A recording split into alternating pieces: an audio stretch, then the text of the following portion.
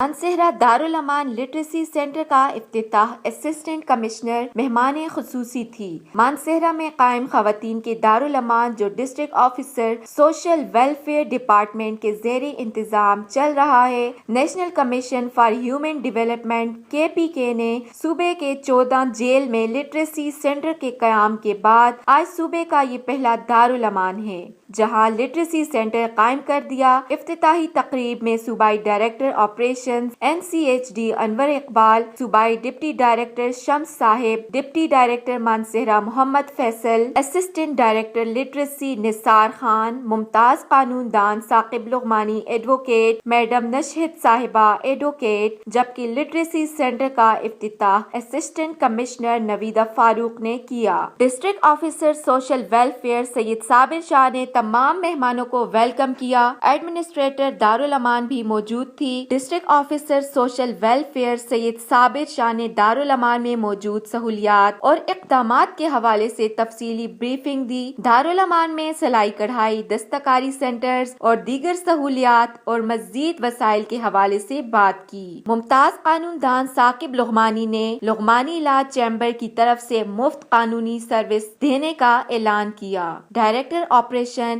NCHD انور اقبال اور deputy director شمس اور deputy director Mansehra محمد فیصل نے کہا کہ صوبہ KPK میں 14 جیل کے اندر لٹریسی سینٹر قائم کر دیے۔ ضروری سمجھا کہ مانسہرہ دارالامان میں بھی لٹریسی سینٹر قائم کیا جائے۔ الحمدللہ آج مانسہرہ دارالامان میں لٹریسی سینٹر قائم کر دیا۔ ڈائریکٹر انور اقبال نے کہا، تعلیم کے بغیر کوئی قوم ترقی نہیں کر سکتی۔ جیلوں میں مقید قیدیوں اور دارالامان میں رہائش پذیر مرد و خواتین کے لیے تعلیم از حد ضروری ہے۔ تعلیم شعور دیتی ہے اور تعلیم یافتہ افراد ملک و معاشرے میں بہتری کردار ادا کرتے ہیں۔ اسسٹنٹ کمشنر نویدہ فاروق نے دارالامان میں قائم تمام سینٹر کا معائنہ بھی کیا اور خواتین کے مسائل بھی سنے اور ممکنہ اقدامات کے حل کے لیے ڈپٹی کمشنر مانسہرہ سے بات بھی کی جائے گی تاکہ بے سہارا خواتین کی زندگی میں آسانیاں پیدا ہو سکیں۔ تمام اداروں کا مقصد عوام کو آسانیاں دینا ہے۔ سہولیات کو مزید بہتر بھی بنایا جائے گا۔